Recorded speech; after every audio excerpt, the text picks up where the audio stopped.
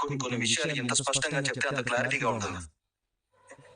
నేను ఈ నిజాలు చెప్పకుండా ఏదో ఒక రకంగా తప్పించుకోవచ్చు, కానీ అలా చేస్తే నన్ను నేను మోసం చేసుకున్నట్టు అవుతుంది. కానీ బ్రదర్, పెద్దవాళ్ళు చెప్పేది కూడా నువ్వు వినాలి కదా. సారీ బ్రదర్, చూసినా మిమ్మల్ని మర్చిపోలేదు. మీకు దీపా గారితో పెళ్ళైపోయినా జ్యోత్స్న మనసులో మిమ్మల్ని లేకుండా చేయడంలో మీరు ఫెయిల్ అయ్యారు. పెళ్లికి పెద్దవాళ్ళ అంగీకారం కంటే చేసుకునే వాళ్ళ ఇష్టాలే ముఖ్యమని మీకు బాగా తెలుసు. ఇష్టం లేని రెండు మనసులు ఎప్పుడూ కలిసి ఉండలేవు బ్రదర్. నేను చేసిన అవమానం మనసులో పెట్టుకుని నువ్వు నన్ను రిజెక్ట్ చేస్తున్నావా? నువ్వు ఎలా అర్థం చేసుకున్నా పర్లేదు చూస్తున్నా. నేను ఏం చెప్పానో నా చుట్టూరా ఉన్న వాళ్ళకి అర్థమైంది. జ్యోత్స్నని రిజెక్ట్ చేస్తున్నానని నువ్వు నాతోనే చెప్తున్నావా? ఎస్, నేను రిజెక్ట్ చేస్తున్నాను.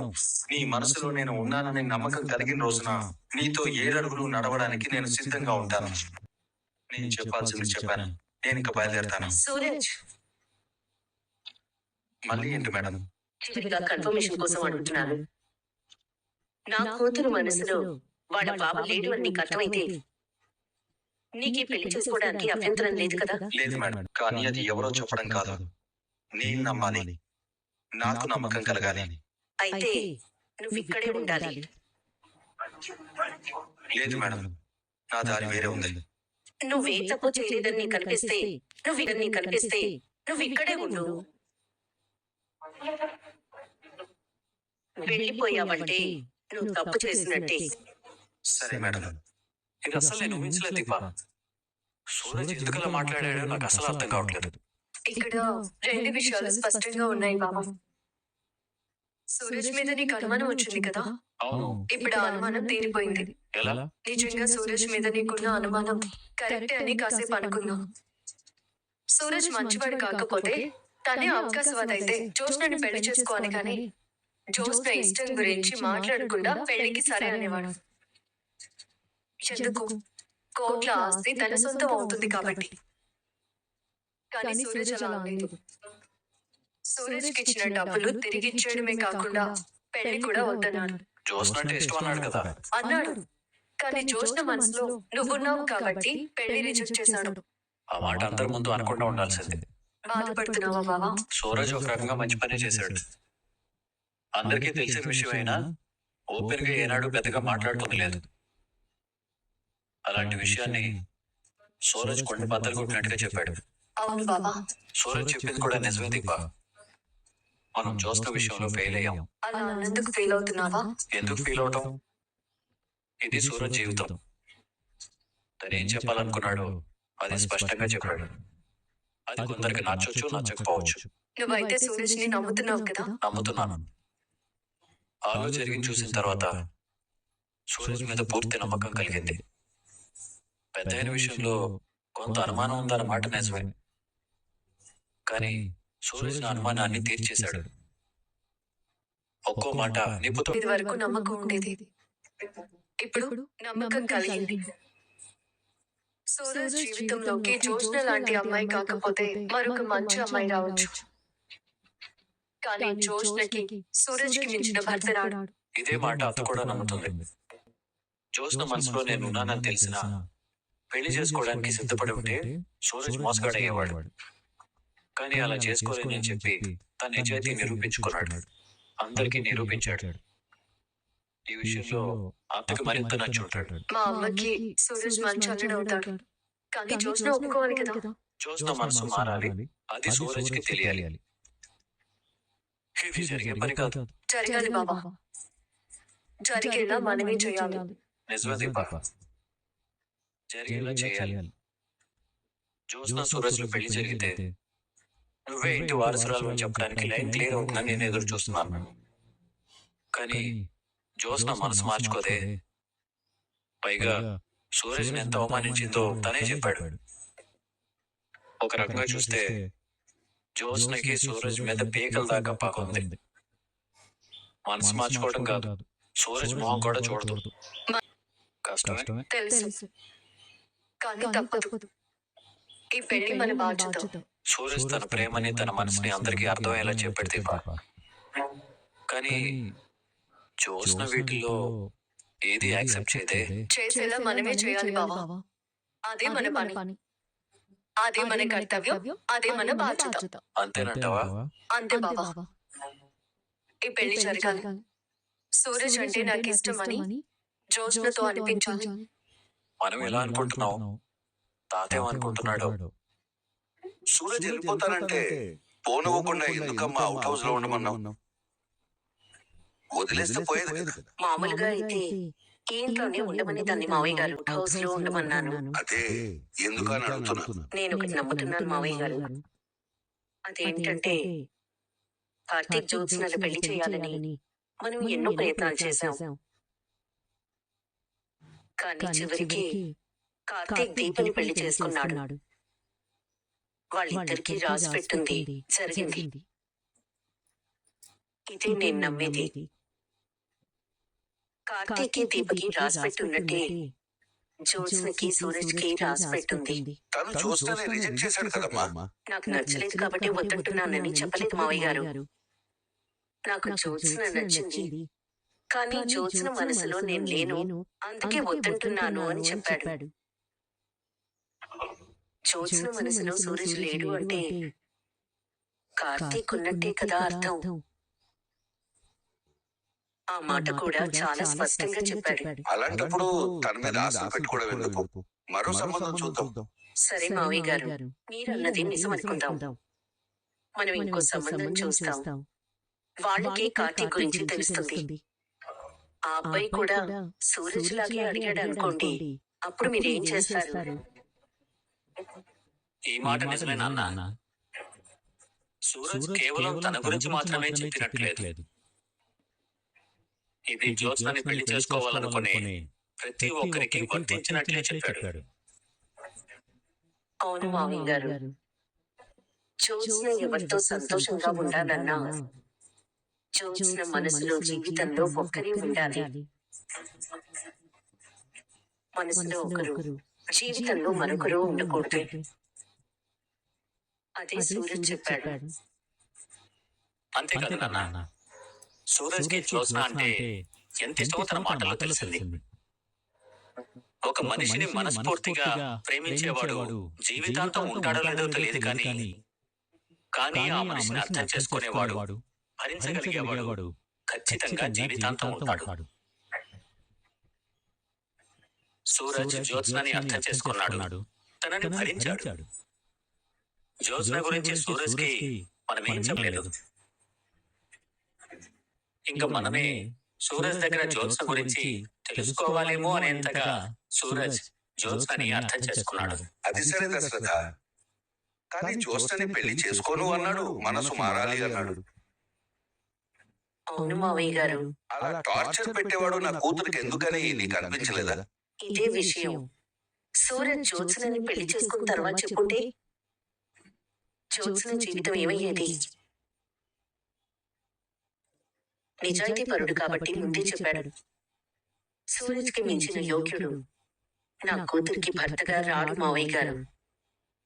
వచ్చినా సూరజ్ అర్థం చేసుకున్నట్టుగా అర్థం చేసుకోలేడు. ఆస్తుంటే చాలు, అమ్మాయి ఎలా ఉన్నా పర్వాలేదు అనుకునేవాడే అయితే మీరిచ్చిన ఆఫర్ కి ఎగిరి గంతేసేవాడు. కానీ సూరజ్ మనసున్న మనిషి. నిజాయితీగా మాట్లాడాడు, నిజాలే మాట్లాడాడు. మనం ఒప్పుకోలేని, తట్టుకోలేని నిజాలు మన ముందే మాట్లాడాడు. సూరజ్ మీద సూరజ్కి ఎంత నమ్మకం ఉంటే మన ఇంట్లో నిలబడి మన ఇంటి పిల్ల గురించి ఇంత ధైర్యంగా మాట్లాడతాడు.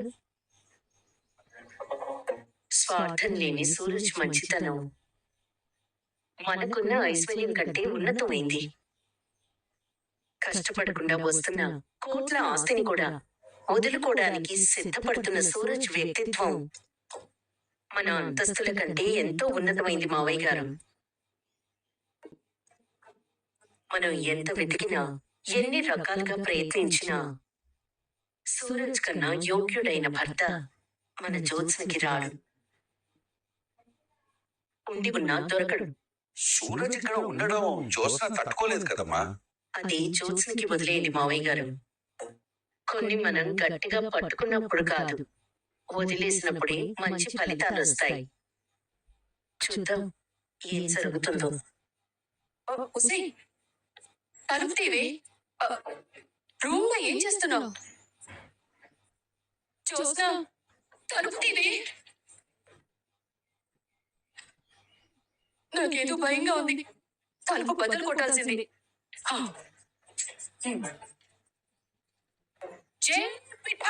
ఏంటి, తలుపు తీసే ఉందా? రాకపోయేసరికి లోపల లాక్ పెట్టుకున్నాం అనుకున్నానే. మనం ఈ మాత్రం దానికి ఇంత బిల్డప్ ఇచ్చావా? ఏమి చూసినా జరిగిన అవమానానికి పగతో రగిలిపోతూ రూమ్ లో వస్తువులన్నీ బద్దలు కొడుతున్నావు అనుకుంటే నువ్వేంటి సైలెంట్ గా కూర్చున్నావు? ఏం చేయాలి? ఏం చేయాలంటావేంటి? ఆ సూరజ్ గాడి మాటలకి నీ రక్తం మరిగిపోతుంది. ఆడు పొంగరు లేనోడు కదా, నీ మెళ్ళో తాళి కట్టి నువ్వు చెప్పిందల్లా వింటూ అలా పడుంటాడులే అనుకుంటే ఎంత పొగరేవాడికి నిన్నే రిజెక్ట్ చేస్తాడా? నువ్వు వాడిని తిప్పి ఇంటి నుండి పోయేలా చేసావని వాడు కావాలని నీ మీద కక్ష గట్టి పగబట్టి సమయం చూసి ప్రతీకారం తీర్చుకున్నాడు. లేదు గ్రాని, వాడు నిజమే చెప్పాడు. ఏంటి వాడు చెప్పే నిజం?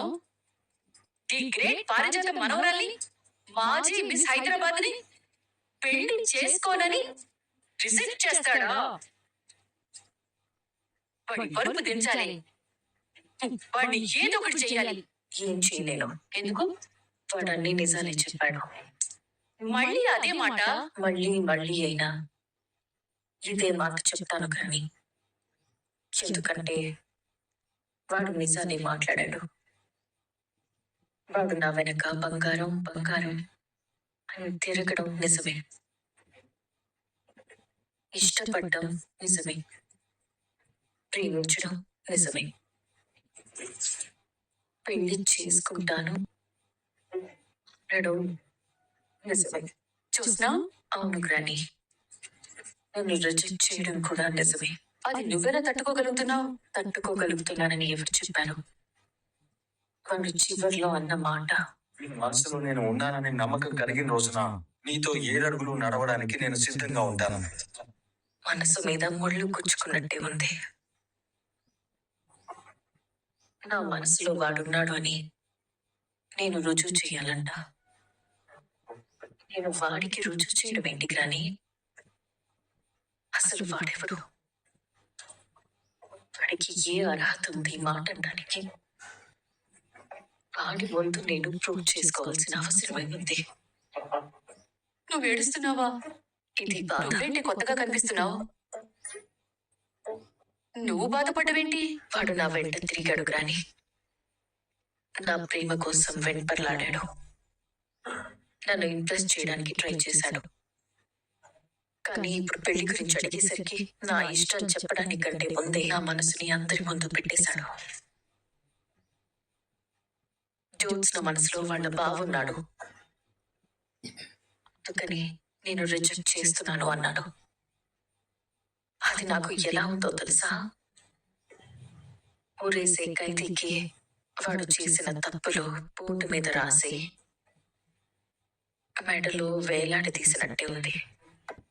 అవునే, రిజెక్ట్ చేస్తున్నాను అన్న మాట సుత్తి తీసుకుని నెత్తి మీద కొట్టినట్టుంది. అందుకే మనం వాడిని ఏదో ఒకటి చెయ్యాలి. ఏం చేస్తాం? వాడు నాకంటూ ఏం మిగిల్చలేదు. జ్యోత్స్న పెళ్లికి పనికిరాదు అని ఒక స్టాంప్ వేశాడు. అది మామూలు అవమానం కాదు కదని, అందుకే ఏదో ఒకటి చెయ్యాలి అంటున్నాను. ఇన్ని రోజులు అదే చేశాను, అందుకే ఇంతవరకు తెచ్చుకున్నాను. ఇంకా చాలా ఆపే. ఏంటి కొత్తగా కనిపిస్తున్నావు? నీ ప్రవర్తన మారిందేంటి? నన్ను కాసేపు ఒంటరిగా వదిలే. భయంగా ఉందా? పెళ్లి చేసుకోను అంటే ఒప్పించే వరకు నా బుర్ర తిన్నావు. చివరికి నీపే అసలైన వారసురాలని చెప్పేస్తానని కూడా భయపెట్టా. ఈ ఆస్తిలో ఒక్క రూపాయి కూడా నీకు దక్కనివ్వను. నువ్వు సుమిత్ర కూతురువి కాదని అందరితో చెప్పేస్తాను. మీ అందరి మాట గౌరవించి నేనొచ్చి అక్కడ నిలబడ్డాను. ఏం జరిగింది? జ్యోత్స్నని పెళ్లి చేసుకుంటే కలిసి బ్రతకగలనని నమ్మకం లేదని చెప్పి వెళ్ళిపోయాడు. ఇప్పుడు అందరూ తప్పు వాడదనరు, నాదంటారు. అందరి కళ్ళు నా వైపే చూస్తాయి. వాడదంటే నువ్వెందుకు బాధపడుతున్నావు? వెళ్ళిపోగ్రాని కసి పొండ్రిగా వదిలే. ఏంటి చూస్తుంటే బాలకం తేడాగా ఉంది? వాడంటే నీకిష్టమై నీ వెంట తిప్పించుకున్నట్టుంది. గ్రాని అలా తిప్పించుకున్నావు కాబట్టి రిజెక్ట్ చేసేసరికి తట్టుకోలేకపోతున్నావు. అంతేనా? పోగ్రాని కాసేపు పొండ్రిగా వదిలే. ఏదో తేడా కొడుతోంది. కొంపదీసి జ్యోత్స్న సూరజ్ గడితో లవ్ లో లేదు కదా? ఇదేదో తేడాగా ఉంది. నాకేం అర్థం కావడం లేదు. జ్యోత్స్న కూడా చాలా కొత్తగా కనబడుతోంది. జ్యోత్స్న మనసులో కార్తీక్ లేడని ప్రూవ్ చేయాలంటే దేవుడే దిగి రావాలి. చాలా పెద్ద కష్టమే వచ్చిందిరా. ఇది అయ్యే పని కాదు. దాన్ని చిన్నప్పటి నుంచి చూస్తున్నాను. దాని బుద్ధి తెలీదా నాకు? మనం అంతమంది కలిసి మాట్లాడితేనే ఒప్పుకోలేదు. అయినా సూరజ్ గడేంట్రా పెళ్లి అంటే సరే అనకుండా ఇలాంటి కండిషన్ అవసరమా? ఇది కండిషన్ కాదు మాస్టారు. కండిషన్ లో కోరికలు ఏదైతే ఏంటి? జ్యోత్స్న మనసులో నేను లేను అన్నాడు కాబట్టి పెళ్లి చేసుకోను అన్నాడు. అంతే కదా? ఇది జ్యోత్స్నకి చావు దెబ్బ. దాని అహం మీద కాదు, దాని పొగరు మీదే చావు దెబ్బ కొట్టాడు. ఇంట్లో కూడా ఎంతో కొంత సూరజ్ని తిట్టుకునే ఉంటారు. ఎందుకు? నిజం మాట్లాడినందుక? ఎక్కువ అపార్థాలు వచ్చేది నిజాలు మాట్లాడినప్పుడే. సూరజ్ చెప్పాలనుకున్నా చెప్పాడు. ఇంకా దేవుడి దిగొచ్చిన జ్యోత్స్న పెళ్లి అవ్వదు. దీనికి దేవుడు అవసరం లేదు మాస్టారు, మనమే చేయాలి. ఎలా చేస్తావురా? సూరజ్ వద్దన్న తర్వాత కూడా ఇష్టం అని కూడా చెప్పాడు కదా. ఇంత జరిగిన తర్వాత జ్యోత్స్న ఒప్పుకోదు కదా. జ్యోత్స్నని మనమే ఒప్పించాలి. దాని మనసు మారదే. పైగా వాడు వద్దనుకుంటే ఇదెందుకు కావాలనుకుంటుంది? సూరజ్ ని పెళ్లి చేసుకోవాలని మనమంతా జ్ఞానబోధ చేసిన తర్వాత జ్యోత్స్న ఎంతో కొంత ఆలోచనలో పడిందని నాకు అనిపించింది. సూరజ్ సరే అని ఉంటే కథ వేరేలా ఉండేది. రిజెక్ట్ చేశాడు కాబట్టి కథ మొదటికి వచ్చింది. మీకు ఇది కష్టంగానే ఉంటుందిలేరా. ఆ కష్టమేంటి మాస్టారు? జ్యోత్స్న పెళ్లితో చాలా జీవితాలు ముడిపడి ఉన్నాయి కదా. పైగా దీప జ్యోత్స్న పెళ్లి మా బాధ్యత అని దశరథ బాబుకి మాట ఇచ్చింది. మేమే మాట తప్పమే. మీరు మాట నిలబెట్టుకోవాలంటే జ్యోత్స్న ముందు మనసు మార్చుకోవాలి కదా. జ్యోత్స్నని ఎవరైనా చిన్న మాట అంటేనే పగబట్టి సాధించే రకం అది. అలాంటిది నేను పెళ్లి చేసుకోను అని సూరజ్ అన్నాడు అంటే వాడసలు ఆ మాటకి బతుకుతాడా? వాడి ప్రాణాలు తీసేస్తుంది. అయినా ఇదే విచిత్రమో, వదిన సూరజ్ ని అవుట్ హౌస్ లో ఉండమంది. అత్తకి సూరజ్ మీద నమ్మకం పోలేదు. నీకు పోయిందా? సూరజ్ చెడ్డవాడంటే నువ్వు నమ్ముతావు మాస్టారు? నమ్మనరా. సూరజ్ నా ప్రాణాలు కాపాడాడని నేను సూరజ్ ని వెనకేసుకు రావట్లేదు. సూరజ్ క్యారెక్టర్ తెలుసు కాబట్టి, అర్థం చేసుకున్నాను కాబట్టి ఈ మాట చెప్తున్నాను. కాకపోతే ఇప్పటికీ నాకు కొంత అనుమానం ఉంది. అది ఈ రోజుతో తీరిపోతుంది అనుకున్నాను, కానీ అది ఇంకా పెరిగింది. ఏంటి మామయ్య గారు? నేను ఆఫీస్కి వచ్చి నీతో మాట్లాడిన రోజు నీతో ఒక మాట అన్నాను, గుర్తుందా అమ్మా? సూరజ్ మైండ్ సెట్ చాలా డిఫరెంట్ రా. ఈ రోజులు ఇక్కడ ఉండిపోయాడు అంటే వాడిని ఏదో ఒక శక్తి ఆపుతుంది. గుర్తుంది. ఆ ఆపే శక్తి జ్యోత్స్న అని అర్థమైంది. హాయ్ ఫ్రెండ్స్, మీకు కనుక మన వీడియోస్ నచ్చినట్లయితే ప్లీజ్ లైక్ చేయండి, షేర్ చేయండి, సబ్స్క్రైబ్ చేసి సపోర్ట్ చేయండి ఫ్రెండ్స్. అలాగే సీరియల్ చూసే మీ ఫ్రెండ్స్ అండ్ ఫ్యామిలీకి వీడియో షేర్ చేయండి. Thank you for watching.